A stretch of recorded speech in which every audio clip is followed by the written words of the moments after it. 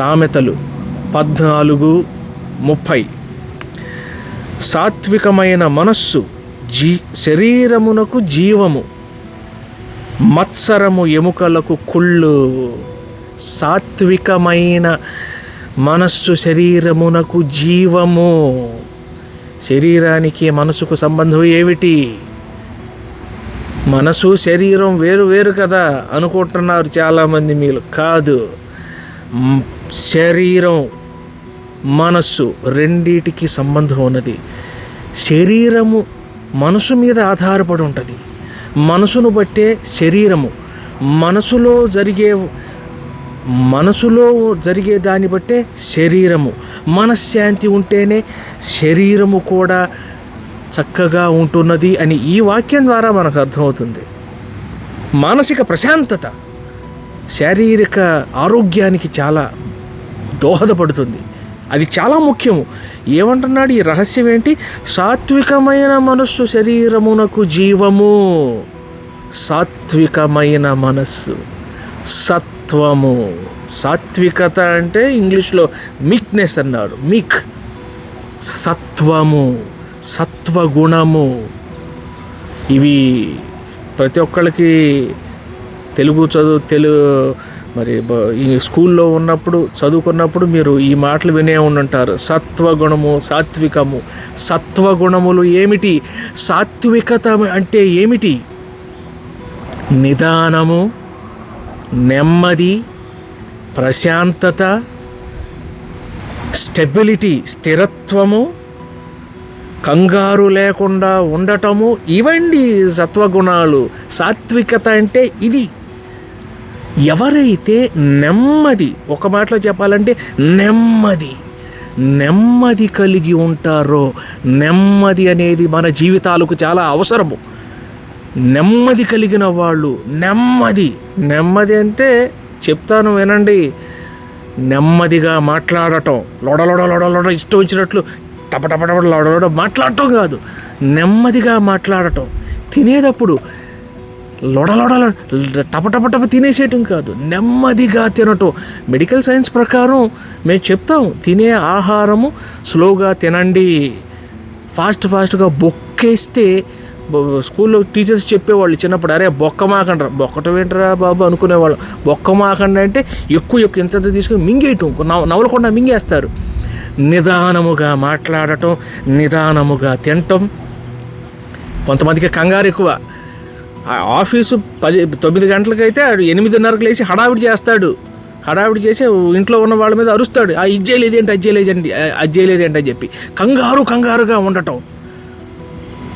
ఇదే సత్వగుణం లేకపోవటం. ఇదే సత్వగుణం ఉన్నవాళ్ళు ఎలా ఉంటారో తెలుసా? వాళ్ళ వ్యవహారం అన్నీ ప్రశాంతముగా, నిదానముగా చేసుకుంటారు. నిదానముగా చాలా, దీన్ని ఏమంటారంటే ఇమోషనల్ ట్రాంక్విలిటీ.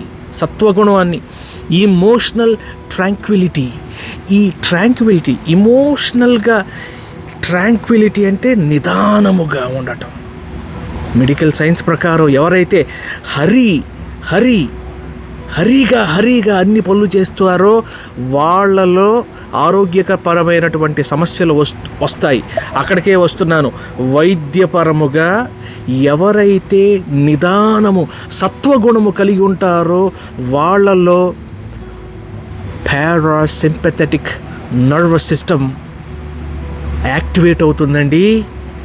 మనిషి నిదానముగా ఉన్నప్పుడు పారాసింపథెటిక్ నర్వస్ సిస్టమ్, దాన్ని తెలుగులో ఏమంటారో నాకు తెలియదు కానీ మన శరీరంలో ఉన్న నరాల వ్యవస్థలో ఇది ఒక రకమైన వ్యవస్థ. ఆటోనామిక్ నర్వస్ సిస్టంలో ఇదొక భాగము, పారాసింపథెటిక్ నర్వస్ సిస్టమ్. ఈ మాట, సాత్వికమైన మనసు శరీరమునకు జీవము అనే మాటకి ఎక్స్ప్లెనేషన్, మెడికల్ బేసిస్ ఏంటంటే, మెడికల్ ఎవిడెన్స్ ఏంటంటే, సాత్వికమైన మనస్సు కలిగిన వాళ్ళలో పారాసింపథెటిక్ నర్వస్ సిస్టమ్ యాక్టివేట్ అవ్వుద్ది. And parasympathetic nervous system activate అయినప్పుడు శరీరములో జరిగేటువంటి మార్పులు మామూలుగా ఉండవు. మన హార్ట్ రేట్, అనగా మన గుండె కొట్టుకోవటం చక్కగా స్లోగా కొట్టుకుంటుంది.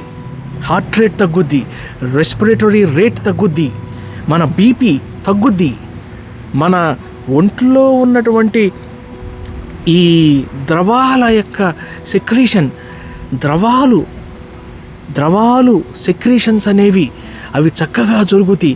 పారాసింపథెటిక్ సిస్టమ్ యాక్టివేట్ అయితే, క్రానిక్ పారాసింపథెటిక్ యాక్టివేషన్ జరిగితే మనిషిలో ఎండార్ఫిన్స్ అంటే శరీరంలో నొప్పిని తగ్గించేటువంటి న్యాచురల్ ట్యాబ్లెట్స్ అండి. అవి మనకి నొప్పి కలిగినప్పుడు, ఏదన్నా తలనొప్పి వచ్చినప్పుడు, లేకపోతే ఇంకేమన్నా నొప్పి కలిగినప్పుడు కొంతమంది పెయిన్ కిల్లర్స్ వేసుకుంటారు, ఎనాల్జెసిక్స్ వేసుకుంటారు. అవి ఏంటివి? నొప్పిని తగ్గించేటువంటివి.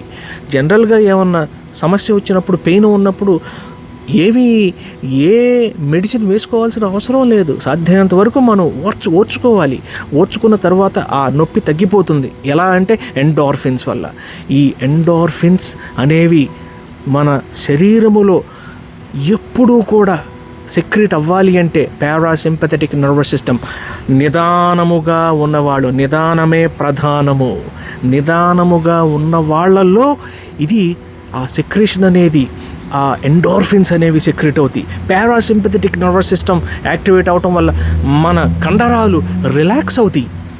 మనిషి సంవత్సరము గడుస్తున్న కొద్దీ తన యొక్క కండరాలు, తన యొక్క ఎముకలు బలముగా ఉండాలి కానీ అవి క్షీణించిపోకూడదు. ఎవరైతే కంగారుగా నెక్స్ట్ సత్వగుణంలో ఇంకొక గుణం ఏంటంటే కోపము లేకుండా ఉండటం, నిదానముగా మాట్లాడటం. ముంగోపి, కోపం ఎక్కువ ఉన్నవాళ్ళు, ఎప్పుడు ముక్కు మీద కోపం పెట్టుకున్న వాళ్ళ ఆయుష్ తక్కువగా ఉంటుంది. నేను చెప్తున్నాను మెడికల్ పర్స్పెక్టివ్లో. కోపం ఎక్కువ ఉన్న వాళ్ళ ఆయుష్ తక్కువ. ఎందుకంటే వాళ్ళ శరీరంలో సెక్రెట్ అయ్యేటువంటి ఆ సెక్రేషన్స్ వల్ల sympathetic nervous system activate. Parasympathetic nervous system కాకుండా ఇంకొక సిస్టమ్, సింపథెటిక్ నర్వస్ సిస్టమ్ ఎప్పుడు క్రానిక్ సింపథెటిక్ యాక్టివిటీ అనేది పెరుగుద్ది. వాళ్ళలో ఈ గుడ్డె జబ్బులు, బీపీ దానికి సంబంధించినటువంటి కాంప్లికేషన్స్ ఎక్కువైపోయి వాళ్ళ ఆయువు తగ్గిపోతుంది. చూశారు కదా, సత్వగుణము, సాత్వికులు ధన్యులు, వాళ్ళు భూలోకము స్వతంత్రించుకొందురు. అద్భుతమైన మాట అది కూడా. సాత్వికమైన మనస్సు శరీరమునకు జీవము. గుర్తుపెట్టుకోండి, 5వ రహస్యము సాత్వికమైన మనస్సు. మాట్లాడేటప్పుడు, తినేటప్పుడు, ఏమన్నా రెడీ అయ్యేటప్పుడు కొంచెం ముందే లేచి రెడీ అవ్వండి. లాస్ట్ మినిట్లో గోలు చేయటం కాదు. సత్వగుణాన్ని అలవర్చుకోనండి, కోపాన్ని తగ్గించుకోనండి, నిదానముగా ఉండండి. ఇది 5వ రహస్యము. 6వ రహస్యము సామెతల గ్రంథము 10వ అధ్యాయము 27వ వచనము. సామెతలు 10:27వ వచనము. యెహోవా ఎడల భయభక్తులు కలిగి ఉండాలి. యెహోవా ఎడల భయభక్తులు కలిగి ఉండాలి.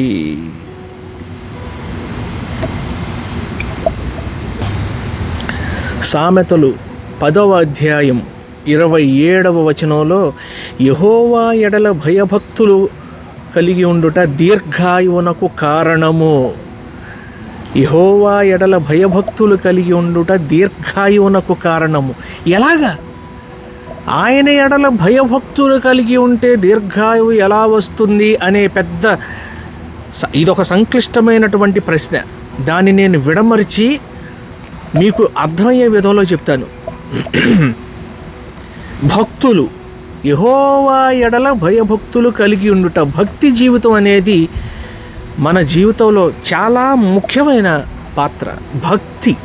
భక్తులుగా ఉండటం, దేవుని ఎడల భయభక్తులు కలిగి ఉండటం. చాలామంది చర్చుల్లో భక్తులుగా ఉంటారు, ఇళ్లలో కూడా భక్తులుగా ఉంటారు. బయటకు వచ్చేసరికి వాళ్ళ భక్తి కనబడదు. భక్తులుగా చెప్పుకోవటానికి వాళ్ళు సిగ్గుపడతారు. నేను క్రైస్తవుడను అని చెప్పుకోవటానికి సిగ్గుపడతారు కొంతమంది. అది ఈ విషయం వచ్చినప్పుడు నేను చెప్తాను. ఇక్కడ యెహోవా ఎడల భయభక్తులు కలిగి ఉండుట దీర్ఘాయువునకు కారణము అనగా, భక్తి జీవితంలో మనము ప్రార్థన అనేది చేస్తూ ఉండాలి. ప్రతి విషయము కొరకు ప్రార్థించాలి. మరి ముఖ్యముగా మనము తినే భోజనము కొరకు, తాగే నీటి కొరకు ఎప్పుడు ప్రార్థన చెయ్యాలి. ఎప్పుడు తినే ముందు ప్రార్థన చెయ్యాలి. ఈడేంటి తిండి గురించి మాట్లాడుతున్నాడా అనుకుంటున్నారా? ఎందుకో తెలుసా? నీ ఆహారము, నీవు తీసుకునే పానములు నీ శరీరానికి చాలా ముఖ్యమైనవి. అవి దేవుని చేత పవిత్రపరచబడాలి. ఒక్కసారి నిర్గమాకాండము 23వ అధ్యాయము 25వ వచనం. నిర్గమాకాండము 23వ అధ్యాయము 25వ వచనం. నీ దేవుడైన యెహోవాను సేవింపవలెను, అప్పుడు ఆయన నీ ఆహారమును నీ పానమును దీవించును, నీ మధ్య నుండి రోగము తొలగించెదను అంటున్నాడు స్వయానా దేవుడు. అస్సలు మర్మము చూడండి ఇక్కడ. ఆహారము తీసుకునేటువంటి ఈ పానము, అది మీరు తీసుకునే పళ్ళ రసాలు కావచ్చు, లేకపోతే నీరు కావచ్చు, లేకపోతే ఇక బయటికి వెళ్ళినప్పుడు ఏమన్నా తీసుకునేటువంటి మీరు తాగే కోకోకోలానో థమ్సప్ ఏదైనా కావచ్చు, తినే ముందు తాగే ముందు ప్రార్థన చెయ్యండి. భక్తులుగా ఉన్నవాళ్ళు చేయాల్సినటువంటి ఒక విశిష్టమైన పని ఏంటంటే తినే ముందు త్రాగే ముందు ప్రార్థన చెయ్యాలి. ప్రార్థన చేస్తే ఏమవుద్దంటే తిమోతికి రాసిన మొదటి పత్రిక 4వ అధ్యాయము 4-5 అవుద్ది. తిమోతికి రాసిన మొదటి పత్రిక 4వ అధ్యాయము 4-5 వచనాలు ఏంటది? దేవుడు సృజించిన ప్రతి వస్తువును మంచిది, కృతజ్ఞతాస్తుతులు చెల్లించి పుచ్చుకున్న ఎడల ఏదియూ నిషేధింపదగినది కాదు, ఏలయనగా అది దేవుని వాక్యము వలనను ప్రార్థన వలనను పవిత్రపరచబడుచున్నవి. చేసే ప్రార్థన వల్ల ఈ ఆహారము, మీరు తినే భోజనము కావచ్చు, లేకపోతే మీరు త్రాగే ఏ పానము కావచ్చు, అవి దేవుని వాక్యము వలన ప్రార్థన వలన పవిత్రపరచబడుచున్నవి. అంటే చాలామందికి ఇంట్లో ఉన్నప్పుడు ప్రేయర్ చేసుకుని తినటం అనేది దానికి ఎవరు ఎలాంటి సంశయం ఉండదు. కానీ బయటికి వెళ్ళినప్పుడు, అంటే మీరు బస్సులో ఉన్నప్పుడు, లేకపోతే మీరు ట్రైన్లో ఉన్నప్పుడు, లేకపోతే ఫ్లైట్లో ఉన్నప్పుడు, లేకపోతే మీరు రెస్టారెంట్కి వెళ్ళి భోజనం చేస్తున్నప్పుడు, మీరు ఆర్డర్ ఇచ్చారు, భోజనం వస్తుంది, తీసుకొస్తారు భోజనం, లట మింగేయటం కాదు, వచ్చిన వెంటనే లట మింగేయటం కాదు. ప్రార్థన చెయ్యండి. ప్రార్థన చేసి ఏమవుద్ది? అది ఎలా చేస్తారో మనకు తెలియదు. ఇంట్లో అంటే మనం చక్కగా పరిశుభ్రంగా చేసుకుంటాం వంటలో. బయటికి మరి సాధ్యమైనంత వరకు బయట తినకూడదు. సరే, తినాల్సిన పరిస్థితి వచ్చినప్పుడు వాళ్ళు ఎంత శుభ్రం, ఎంత మంచి నూనె వాడతారో, ఎట్లాంటి చేతులతో వాళ్ళు చేస్తారో మనకు తెలియదు. కాబట్టి తినే ముందు ప్రార్థన కూడా మీకు నేర్పిస్తాను. ఎలా చేయాలంటే, సర్వోన్నతుడగు మా ప్రభువా, ఈ ఆహారము మీరు ఇచ్చిన బహుమతి, మా అనుదిన ఆహారము నేడు మాకు అనుగ్రహించినందుకు మీకు కృతజ్ఞతాస్తుతులు చెల్లించుచున్నాము. తినబోయే ఈ ఆహార పదార్థములను పవిత్రపరచండి, మాకు ఆరోగ్యాన్ని దయచేయండి. ఈ ఆహారము, ఈ పానము మీరు ఇచ్చిన బహుమతి, మీకు కృతజ్ఞతాస్తుతులు చెల్లించుచు యేసుక్రీస్తు నామములో ప్రార్థిస్తున్నాము తండ్రి, ఆమేన్. చెయ్యండి. చుట్టుపక్కల ఎవరన్నా ఉన్నారు, చుట్టుపక్కల ఉంటారుగా, మరి చుట్టుపక్కల ఉన్నారు ఏమన్నా అనుకుంటారా అని ప్రార్థన చేయకుండా ఉన్న వాళ్ళు నేను చాలామందిని చూసా. ఎన్నో సంవత్సరాలు మరి బయట ఆయా దేశాలలో నేను పని చేసుకున్నప్పుడు విశ్వాసులతో కూర్చుని తిన్నాను, రెస్టారెంట్లో విశ్వాసులు కాని వాళ్ళతో కూర్చుని తిన్నాను. విశ్వాసులైన వాళ్ళు ప్రార్థన చేసుకుని తింటాం నేను చూడలే. నేను పట్టుబట్టి ప్రార్థన చేసేవాడిని. అయితే విశ్వాసులు కాని వాళ్ళు ఉంటే వాళ్ళను పర్మిషన్ అడగండి, మేము ఇలా ప్రార్థన చేయొచ్చా అని. పర్మిషన్ అంగీకారం తెలుసుకొని అప్పుడు మీరు ప్రార్థన చేయండి. మీరు రెస్టారెంట్లో ఉన్నారు, ప్రార్థన చేయమన్నారు కదా అని చెప్పి గట్టిగా కేకలేసి ప్రార్థన చేయటం కాదు. మెల్లగా, మాన్యముగా, ఎవరికి ఇబ్బంది కలగకుండా చక్కగా ప్రార్థన చేసుకోనండి. ప్రార్థన చేసి భోజనాన్ని కానీ పానాన్ని కానీ చెయ్యండి. అప్పుడు మీ ఆహారమును, మీ పానమును దేవుడు ఆశీర్వదిస్తాడు. అదే కదా ఇక్కడ యెహోవా యందు భయభక్తులు కలిగిన వాళ్ళ లైఫ్ స్టైల్ ఎలా ఉంటుంది. ఇలాంటి భక్తులైన వాళ్ళు ప్రార్థన చేస్తారు, ఆహారం కోసం ప్రార్థన చేయాలి. ఆహారం కోసం ప్రార్థన చేసినప్పుడు ఆటోమేటిక్గా మీ ఆహారము పానము పవిత్రమవుతాయి. అవి తీసుకున్న మీరు దీర్ఘాయుష్మంతులు అవుతారు. మూడవది ఈరోజు మూడవది, మొత్తానికి ఏడవ ఆరోగ్య రహస్యము. ఇది అన్నిటికంటే చాలా వెరైటీగా ఉంటుంది. అమ్మో, ఇది కూడా ఒక ఆరోగ్య రహస్యమేనా, ఇది చేస్తే కూడా మనం దీర్ఘాయుష్మంతులుగా ఉంటామా అని మీకు ఈరోజు అర్థమవుతుంది. ఎఫెసీయులకు రాసిన పత్రిక 6వ అధ్యాయము 2-3 వచనాలు. ఎఫెసీయులకు రాసిన పత్రిక 6వ అధ్యాయము 2-3 వచనాలు. నీకు మేలు కలుగునట్లు నీ తండ్రిని నీ తల్లిని సన్మానింపుము, అప్పుడు నీవు భూమి మీద దీర్ఘాయుష్మంతుడవగుదువు. ఆమేన్. నీవు దీర్ఘాయుష్మంతుడవ్వాలంటే నీ తల్లిని నీ తండ్రిని సన్మానించాలి. సన్మానించడం అంటే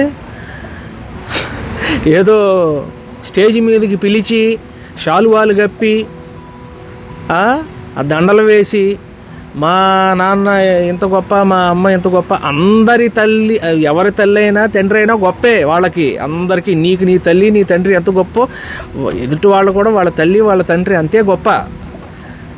ఆనర్ చేయటం అంటే శాలువాలు కప్పడం కాదు. ఆనర్ చేయటం అంటే వాళ్ళు చెప్పే మాటను లక్ష్యం ఉంచటం, వాళ్ళను గౌరవించటం, వాళ్ళను జాగ్రత్తగా చూసుకోవటం. భారతదేశంలో వృద్ధులైనటువంటి ఈ తల్లిదండ్రులను ఇంటిలో నుంచి గంటి వేసే కుమార్తెలు ఎంతమంది ఉన్నారో చెప్పుకోవటానికే ఎంతో బాధ వేస్తుంది. చాలామంది డాక్యుమెంటరీలు కూడా చేశారు, వీళ్ళ మీద ఇంటర్వ్యూ తీసుకున్నారు. వాళ్ళు ఇంట్లోంచి గంటేస్తున్నారు తల్లిదండ్రులను. ఒక ముసలి ఆవిడ అయిన తర్వాత ఆవిడ కోడలు గారు వస్తారు. కోడలు గారు వచ్చి ఆవిడ అంటదన్నమాట భర్తతో, ఏంటి ఎప్పుడు దగ్గుతూ ఉంటుంది మీ అమ్మ, ఎప్పుడు దగ్గుతూ ఉంటాడు మీ నాన్న, ఏంటి వాళ్ళు కొంచెం బయట పెట్టండి, వాళ్ళు బయట పెట్టి జాగ్రత్త చూసుకోండి, అన్నీ ప్రొవైడ్ చేయండి, ఆ ఓల్డేజ్ హోమ్లో పెట్టండి, జాగ్రత్తగా చూసుకుంటారు వాళ్ళు అని చెప్పి వేస్తుందన్నమాట ఆవిడ. వేసినప్పుడు ఈయన కొడుకు ఏం చేసింటే వెళ్ళి ఒకరోజు చెప్తాడనమాట అమ్మకి నాన్న దగ్గరికి వెళ్ళి, అమ్మ మరి కొంచెం ఇబ్బందిగా ఉంది మాకు, ఇంట్లో పిల్లలు ఉన్నారు కదా, మీరు దగ్గితే ఇలా ఉంటే మరి పిల్లలకి ఇబ్బంది కదా అని చెప్పి వాడు సిగ్గు లేకుండా కన్న తల్లిని పెంచిన తండ్రిని ఏమాత్రం కూడా ఏ జాలి కరుణ లేకుండా వాడు తీసుకు వెళ్ళిపోయి ఓల్డేజ్ హోమ్లో పడేస్తాడు వాడు. వీళ్ళ పరిస్థితి ఎట్లా అంటే ఇది ఒక రకమైన దూషణ. తల్లిదండ్రులు దూషించడం అంటే బూతులు తిట్టడం కాదు, దూషించడం అంటే ఇదే. నీ తల్లిని తన తండ్రినైనను తల్లినైనను దూషించు వాని దీపము కారు చీకటిలో ఆరిపోవును. తన తండ్రినైనను తల్లినైనను దూషించు వాని దీపము కారు చీకటిలో ఆరిపోవును. సామెతలు 20వ అధ్యాయము 20వ వచనంలో ఈ మాట ఉంది. సామెతలు 20:20 దీపము ఆరిపోవును. కానీ ఎవరైతే తల్లిని తండ్రిని జాగ్రత్తగా గౌరవించి, అమ్మో నా తల్లి మా అమ్మ మా నాన్న జాగ్రత్తగా చూసుకుంటారో ప్రేమతో, దీర్ఘాయుష్మంతులు అవుతారు. ఈరోజు నేను మీకు చెప్తున్నాను, తల్లిదండ్రులు మనతో పాటు ఉండరు. మనం జీవించినంత కాలం వాళ్ళు ఉండరు. మనకంటే ముందే వాళ్ళు వెళ్ళిపోవాలి. ఎందుకంటే వాళ్ళు మనకంటే ముందు పుట్టారు కదా, మరి ముందు పోవాలి. వాళ్ళు బ్రతికున్నంత కాలము కూడా వాళ్ళను సన్మానించండి, ప్రేమించండి, జాగ్రత్తగా చూసుకోండి. మీకు పెళ్ళాము భార్య వచ్చిన తరువాత మీ ట్రీట్మెంట్, తల్లిదండ్రులతో మీరు మాట్లాడే విధానం, తల్లిదండ్రులతో మీరు ప్రవర్తించేది ఏమాత్రం చేంజ్ అవ్వకుండా చూసుకోండి, మార్పు రాకుండా చూసుకోండి. మార్పు వస్తే కారు చీకటిలో దీపము ఆరిపోవును. జాగ్రత్త. ప్రేమగా దీర్ఘాయుష్మంతులవుతారు సన్మానిస్తే, తల్లిని తండ్రిని సన్మానిస్తే. అంచేత సాత్వికమైన మనస్సు, సత్వగుణాలు అలవర్చుకోవాలి. భయభక్తులు కలిగి ఆహారము కొరకు పానము కొరకు ప్రార్థన చెయ్యాలి. తల్లిదండ్రులు సన్మానించాలి. దీర్ఘాయుష్మంతులుగా అవ్వాలి. దేవుని యొక్క దీవెనలు ఈ